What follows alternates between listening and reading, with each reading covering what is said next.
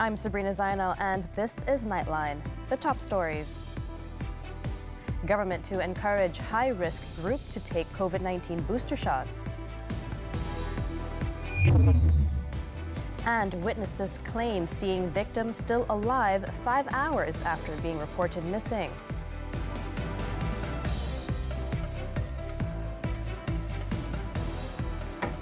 Good morning. We begin with this story. Datuk Sri Anwar Ibrahim wants more efforts taken to promote Malaysian products internationally and domestically to stimulate the country's economic growth. The Prime Minister said he himself has played a role in promoting Malaysian products, including by wearing Malaysian batik whenever he was abroad. Sebabnya apa? Sebab saya rasa bertanggungjawab untuk promosi barang buatan Malaysia. Ya. Dan bukan saya begitu, saya akan rasa bangga dan akan beritahu di batik Malaysia. Mutunya baik dan desainnya baik. Anwar, who is also Finance Minister, said this in his speech when launching the Malaysian Goods Carnival 2023 in Putrajaya on Thursday. He added that he has made it a routine to opt for Malaysian products first, compared to those with big brand names. He also said local businesses must not feel shy or be afraid to promote Malaysian-made products as long as the quality and standards of the goods are on par with branded or imported items. Anwar also urged government officials, including ministers, to take extra steps in promoting and supporting Malaysian products. He also called on Malaysian goods producers to continue improving the quality of their products to stay competitive with their foreign counterparts. In light of the rising number of COVID-19 cases recently, the Health Ministry, MOH, may announce additional directives, especially for high-risk groups. Health Minister Dr. Zulkifli Ahmad said this includes the third booster dose of the COVID-19 vaccine for people with comorbidities and the elderly. Sikit waktu lagi, KKM akan mengeluarkan beberapa arahan tertentu for boosters, ya, terutama bagi mereka yang kumpulan rentan, ya, yang comorbidity mereka usia dan juga ada comorbid, ya. Penyakit yang kita tahu adalah juga terdedah kepada risiko dan sequelae untuk kemudaratan yang lebih daripada yang lain. Dr. Zulkifli also said that appropriate intervention and mitigation measures would be taken immediately if necessary, adding that the take-up rate for the second booster was still low at just 54%. He added that he had informed the matter to the Cabinet during its meeting on Wednesday, as this was of immediate concern, considering the approaching festive season. He assured that there is still a sufficient stock of vaccines available, which has not yet expired and remains effective in protecting the public from mutated infections and new COVID-19 variants. The number of COVID-19 infections in the country in recent weeks had already surpassed 12,000 cases. However, the majority of them were mild, with no need for hospitalization. Meanwhile, at a media conference in Parliament, Dr. Zulkifli advised Malaysians to wear face masks while individuals with symptoms are encouraged to avoid the 3 Cs: crowds, congested areas, and close contact, following the recent rise in COVID-19 cases. He said that his ministry, under the Crisis Preparedness and Response Centre, CPRC, will continue to monitor and issue statements, suggestions, and instructions depending on the current situation. Kita mencadangkan dan kita juga mahukan warga rakyat kita untuk satunya dapat boleh mengamalkan pemakaian pelitup muka, dan saya sendiri suka memakai itu, dan keduanya terutama yang bergejala, ya, terutama yang bergejala bukan hanya memprotek diri, melindungi diri sendiri, tapi melindungi orang lain.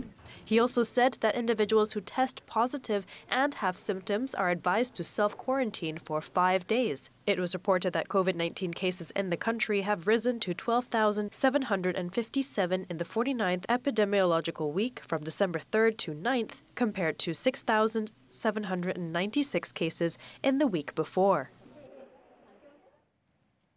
The Dewan Negara has passed the Control of Smoking Products for Public Health Bill 2023 by voice vote. The bill, tabled by Health Minister Datuk Seri Dr. Zulkifli Ahmad, among other things, prohibits the sale and purchase of tobacco products, smoking materials or tobacco substitute products, and providing any services related to smoking to minors.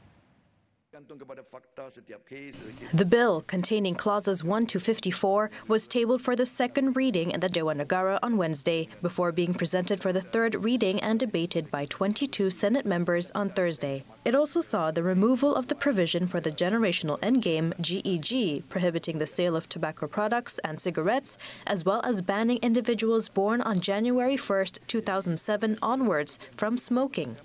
Dr. Zulkifli, when winding up the debate, said the removal of GEG from this bill was a collective decision and shared responsibility by the government after taking into account the views of the Attorney General's Chambers, AGC. Merujuk pandangan Jabatan Peguam Negara, terdapat isu ketidaksamarataan dan diskriminasi kedudukan undang-undang dalam peruntukan GEG dengan memberikan layanan yang berbeza terhadap seorang yang lahir sebelum 1 Januari 2007 berbanding dengan layanan terhadap orang yang lahir pada atau 1 Januari 2007. Oleh demikian, konsep GEG yang ingin dilaksanakan ini akan menyebabkan layanan yang berbeza terhadap dua kumpulan yang lahir pada tahun yang berbeza. Therefore, he added the AGC is of the view that this provision can be challenged in court as it conflicts with Article 8 of the Federal Constitution guaranteeing equality. The Dewan Negara also passed the Food Bill Amendment 2023 to amend the Food Act 1983 in line with the approval of the Control of Tobacco Products for Public Health 2023 bill to prevent contradictions or overlaps between these legislations. Newly appointed Higher Education Minister Datuk Seri Zamri Abdul Kadir will focus on three main components, namely students, teaching staff and administrators, to propel higher learning institutions in the country. He said that he and his new team will, at the same time, continue every existing policy that had been outlined by his predecessor, Datuk Seri Muhammad Khalid Nordin. Di bawah kerajaan Madani ini, saya akan melakukan yang terbaik bersama dengan pasukan. Kerana saya saja tentunya tidak mampu untuk melaksanakan misi besar dasar pendidikan tinggi negara yang telah pun disusun, yang telah pun digariskan dan sebagai pelanjut penerus. Zamri said this to reporters after clocking in at about 10 a.m. in a symbolic gesture of starting his duty officially at the ministry on Thursday. Also present was his deputy, Datuk Mustafa Sakmud, who has been redesignated from the Human Resources Ministry. Both of them were part of Tuesday's cabinet reshuffle, the first since the formation of the unity government. The reshuffle witnessed the return of 5 former ministers, the introduction of some new faces, as well as the exchange of portfolios among several existing cabinet members. It is estimated that the local media suffered about 2 billion ringgit losses in annual advertisement earnings from a total of 4.5 billion ringgit to 3 social media giants, Meta, Google and TikTok. Communications Minister Fahmi Fadzil said the matter is the biggest and most serious challenge faced by media organizations in the country. According to Fahmi, his ministry takes a serious view of the matter, which needed to be studied and given focus as the advertisement revenue is only paid to social media platform providers and not to media organizations. He also said that the Malaysian Media Council bill, scheduled to be drafted next year, will address, among others, issues related to advertising revenue for media organizations. He also hopes that the social media giants will hold many engagement sessions with media organizations to help them use the respective online platforms effectively and efficiently.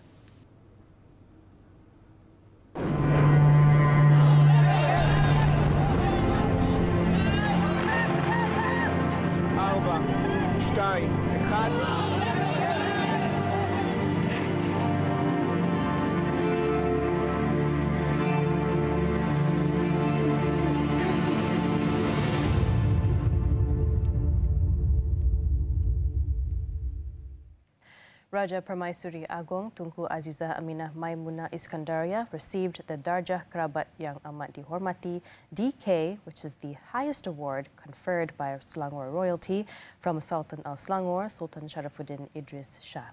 The award was in conjunction with the Sultan of Selangor's 78th birthday on December 11th.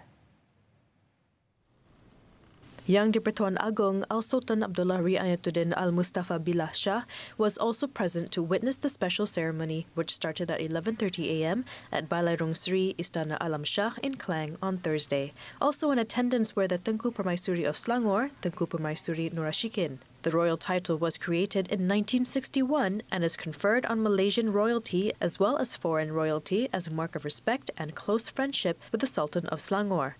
On Monday, 96 individuals also received various royal awards in conjunction with the Sultan of Selangor's birthday. Moving on, police said Zain Ryan Abdul Matin was seen still alive by two witnesses 5 hours after being reported missing on December 5th. Selangor Police Chief Dato' Hussein Omar Khan said that the 6-year-old autistic child was last seen on the second and third floors of Block R of Idaman apartment in Damansara Damai, Petaling Jaya on that fateful day. According to Hussein, two children aged 6 and 9 said they saw Zain Ryan alone in the corridor between 5 p.m. and 5:30 p.m. on December 5th, which was about 5 hours after the child was reported missing at 12:30 p.m. Both child witnesses were identified during the recent mass screening of the apartment residence conducted by the police forensic unit to trace the child's killer. Hussein also said that authorities have recorded statements from 86 individuals to facilitate the case and also collected an additional 10 DNA samples, making it a total of 238 samples collected so far. On Wednesday's discovery of a sock in the stream near the spot where Zain Ryan's body was found, Hussein confirmed that it did not belong to the victim. Zain Ryan's body was found in a stream near a reservoir about 200 meters from his home in Block R around 10 p.m. on December 6th. His death was later classified as murder after a post-mortem examination revealed injuries to the child's neck and body. Former Community Communication Department JCOM Director General Datuk Muhammad Agus Yusof had his statement recorded at the Kajang District Police Headquarters on Thursday over sexual harassment allegations. He was seen entering the District Police Headquarters at 11 a.m., accompanied by his lawyer, Zafli Patwante, in a white MPV, before leaving the police compound about 2 hours later. Zafli said Agus went to the Criminal Investigation Department, CID, to give his statement, but refused to give further comments to the media before driving off. It was believed that Agus gave his statement to assist police investigation into the sexual harassment allegations against him by JCOM employee Abdul Wahab Abdul Qadir Jilani, who filed a report on the matter at the District Police Headquarters on November 30th. Earlier, Inspector General of Police Tan Sri Razaruddin Hussein confirmed that an investigation was underway regarding allegations of sexual harassment involving Agus towards Wahab, which allegedly occurred at a hotel in Bintulu on October 21st. The case is being investigated under the Penal Code for outraging modesty and for violating decency. Seoul scrambles jets after Chinese-Russian warplanes enter air defense zone. News from the foreign front when we return. Bosan ke asyik pakai tudung yang sama je sis? Masa ni lah nak beli koleksi tudung label baru. Kolaborasi pertama TV3 dengan Fazura. Memang cengini ha. Dapatkan semua 10 corak yang cantik lagi memukau di fazura.com sekarang sis. Dari jauh orang dah tanya, awak ni Fazura ke? Gitu. Dan katanya Fazura nak kembali berlakon di kaca TV. Tak sabarnya. Lebih fabulous bersama tudung Fazura dan hanya di TV3. Lagu mana yang korang support untuk muzik-muzik 13 separuh akhir nanti? Dominasi 12 lagu terbaik bermula dekat sini. Tapi sebelum tu, download aplikasi Tonton. Sebab itunya manja. Oh, guys, aplikasi Tonton ni percuma je. Nanti boleh stream muzik-muzik 13 separuh akhir live sama-sama pada 15, 16 dan 17 Disember ni jam 3 petang. Sekejap. Tapi kalau terlepas macam mana tu? Rencana. Kalau terlepas boleh tengok banyak kali dekat aplikasi Tonton. Apa lagi? Download aplikasi Tonton sekarang. Nampak sangat yang awak ni merindukan abang pedas kan? Tapi dia hot, handsome. Awak ingat saya pun suka ke? Saya tak suka ikut awak, saya nak balik dan saya tak tahan dah dengan awak ni. Berapa kali saya cakap dengan awak? Jangan terlalu berani dengan lelaki. Iris! Saksikan drama adaptasi novel lakonan MK, K-Click dan Ezani Jasni setiap Isnin hingga Jumaat 7 malam di Akasia TV3. We're back with the foreign front. 2 weeks after the collapse of the truce, Gaza's Ministry of Health on Thursday updated the death toll of Palestinians killed by the Zionist regime to 18,787. The ministry's spokesperson, Ashraf Al-Qidra, stated that the regime committed 18 massacres in all areas of the Gaza Strip in the past hours of Thursday alone. Ashraf added that 179 were killed and 303 injured were admitted to hospitals, noting that a significant number of victims are still under the rubble and in the streets. He also described the health and humanitarian situation in shelters and housing areas as unbearable and unimaginable, expressing concern about the death of tens of thousands due to the spread of epidemics, infectious diseases, poor nutrition, lack of drinking water, personal hygiene, and the absence of available health services.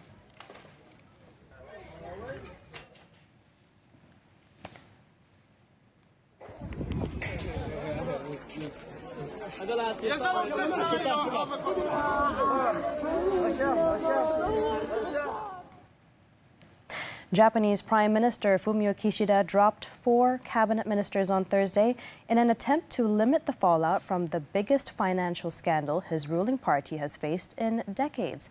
The ousted ministers included Chief Cabinet Secretary Hirokazu Matsuno, as well as Economy and Industry Minister Yasutoshi Nishimura, marking Kishida's third cabinet shakeup in 16 months as he seeks to shore up his sliding public ratings. According to local media reports, Internal Affairs Minister Junji Suzuki and Agriculture Minister Ichiro Miyashita were also stepping down, and 5 deputy ministers would be let go.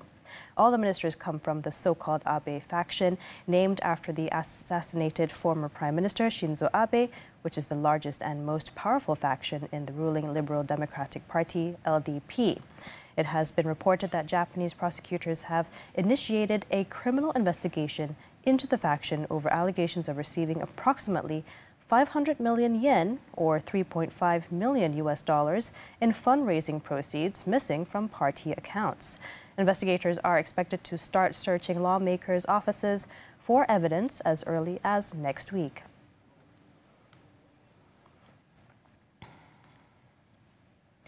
South Korea's military on Thursday scrambled fighter jets as 2 Chinese and 4 Russian military planes entered its air defense zone, an area wider than the country's airspace. Seoul's Joint Chiefs of Staff said the Chinese and Russian planes entered and exited the Korea Air Defense and Identification Zone in the East Sea, also known as the Sea of Japan. It, however, said the planes did not violate South Korea's territorial airspace, and the South Korean military identified the planes before they entered the zone and deployed Air Force fighter jets to take tactical measures in preparation for contingencies. China's Foreign Ministry spokeswoman, Mao Ning, meanwhile, described the incident as a routine flight activity.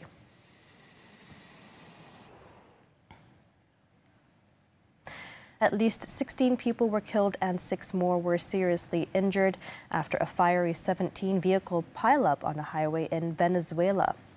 Now, officials said the incident occurred when a speeding truck smashed into a line of cars that had come to a standstill due to a previous accident on the Gran Mariscal de Ayacucho highway.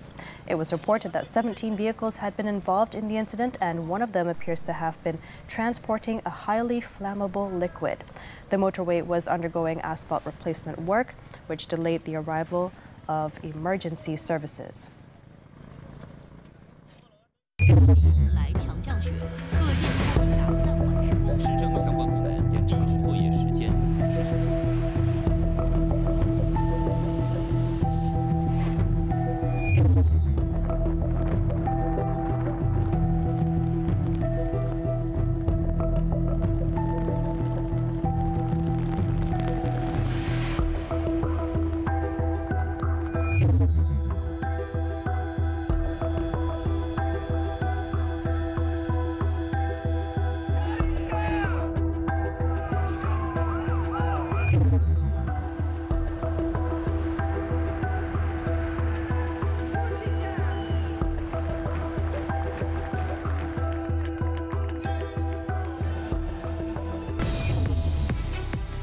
Sabah suffer defeat to Indonesia's Makassar.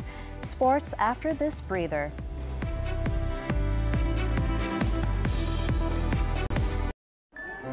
Jangan pandang ringan dan mudah. Anggap batuk awak ini serius. Woods ubat batuk dengan rasa pudina. Memberi sensasi kelegaan di kerongkong. Berkesan melegakan batuk. Woods, ubat batuk yang saya percaya. Okay, jangan kecil hati nak abang, please. Kalau you nak I bahagia, you kena jadi milik forever. Maya, ini bukan tempat atau masa yang sesuai. Kalau wife I tahu macam mana? Dah tanya ni, abang ada skandal ke? Jangan nak bandingkan you dengan dia. I love my wife. Kalau macam tu, saya nak request something boleh?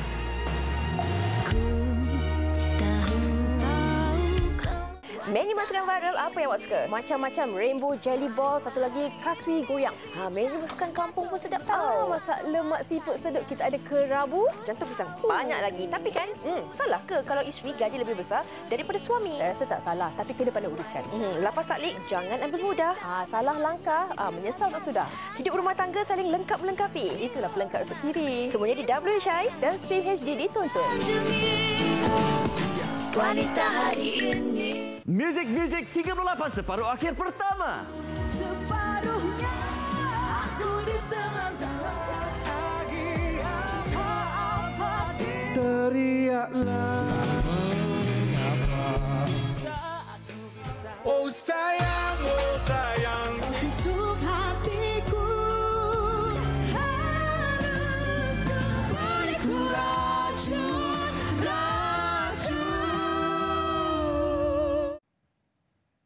Sports badminton, the 2023 Hangzhou BWF World Tour Finals. National mixed doubles pair Chen Tangji To Iwei revived their chances of reaching the semifinals after beating Japan's Yuta Watanabe, Arisa Higashino in their second Group A clash on Thursday. Against all expectations, the duo defied the odds and stunned the Japanese pair 12-21, 21-16, 21-16 in 61 minutes at the Hangzhou Olympic Sports Center Gymnasium. The world number 8 now have the chance to go into the last 4 if they secure a victory against Dekapo Pwawaranukro Subsiri Taratanachai of Thailand on Friday. Meanwhile, men's doubles pair Aaron Chia So Wui Yik succumbed to China's Liu Yuchen Wu Zhuanyi in their second Group A match. The world number 3 paid a heavy price for squandering 2 glorious opportunities, including a match point in the rubber game as they lost 21-19, 18-21, 20-22 in an epic 76-minute clash. The national pair must beat China's world number 1 pair of Liang Wei Kang Wang Chen in their final group match on Friday to stand a chance of making into the last 4. On to football, the AFC Cup. Sabah FC will have much to reflect on after a 3-1 loss to Indonesian side PSM Makassar in their final Group H match on Thursday. The visitors' first goal came 15 minutes into the game when Yakub Sayuri's long shot from outside the penalty box went past Sabah's keeper Khairul Fahmi Mat. PSM earned their second before the halftime whistle when Everton Mendonca's scoring attempt was deflected for an own goal by Dominic Tan. The Rhinos' consolation goal came through Telmo Kastan Ahira in the 73rd minute, but their hopes for victory diminished when Mendonca completed the victory for the visitors when he netted his second goal in added time. With the result, Sabah ended Group H in top spot with 12 points, while PSM finished third on 10 points.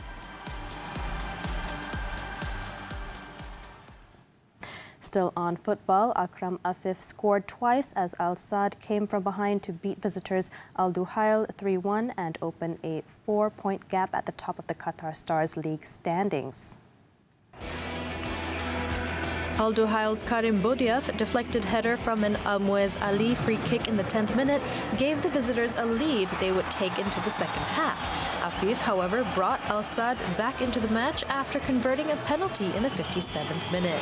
The Qatari playmaker then wrapped up the hosts' 9th win of the season, 13th minute of stoppage time, after Al Duhail were reduced to 10 men following a red card to Ibrahima Bamba. The victory means Al Sadd remains in the top spot with 28 points, while Al Duhail are in 5th place with 17 points. Gets it over here. Come again with it. He'll take the shot and he scores. Dobson, high slot. Horvath, one-time score from as Pajot starts back short-handed. And they leading 4.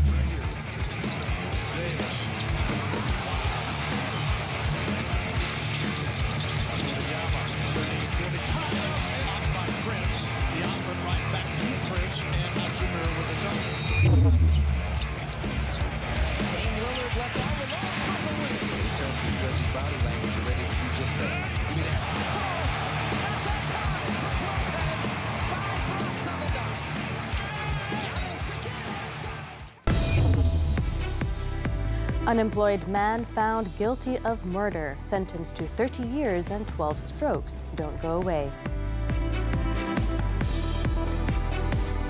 Rena, sedap ke kopi kalau dicampur dengan arang?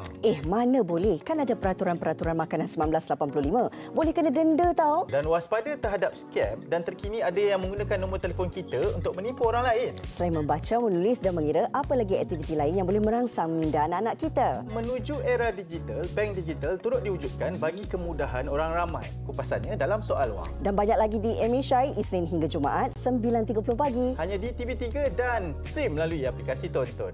Kami orang KL, okey? Kami tak jahat.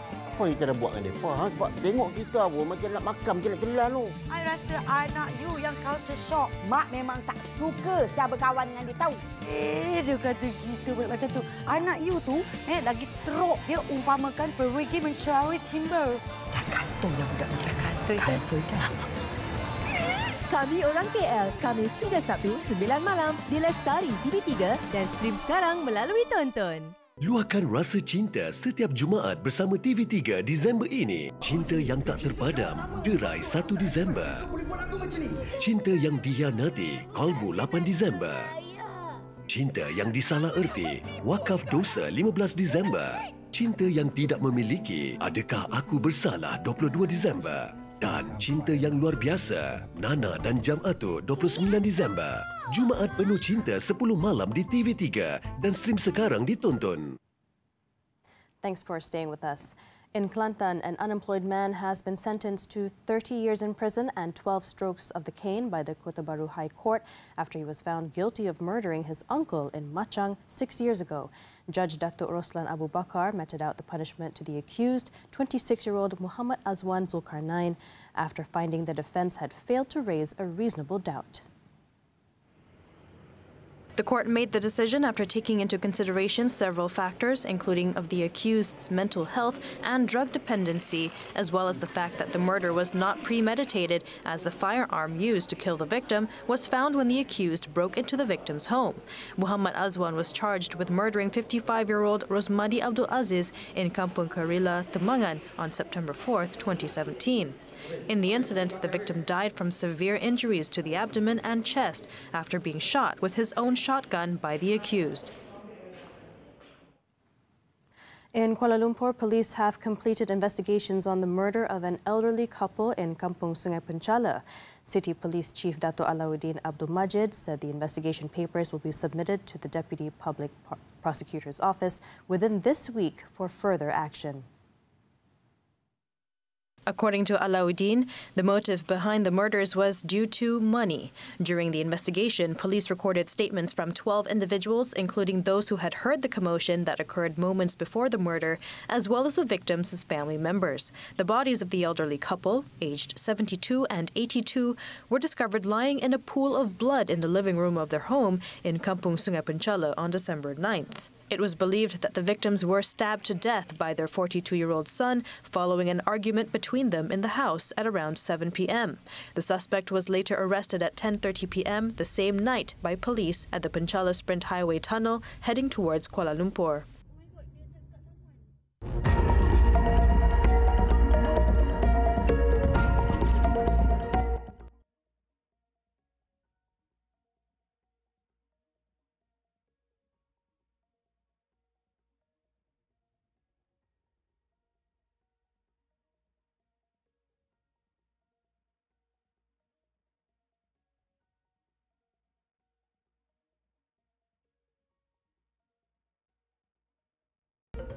As we conclude this edition of Nightline, let's take a look at the enchanting scene at the Beijing Zoo, where a giant panda joyfully frolics amidst the freshly fallen snow, a whimsical dance set against the backdrop of winter's inaugural arrival in the Chinese capital.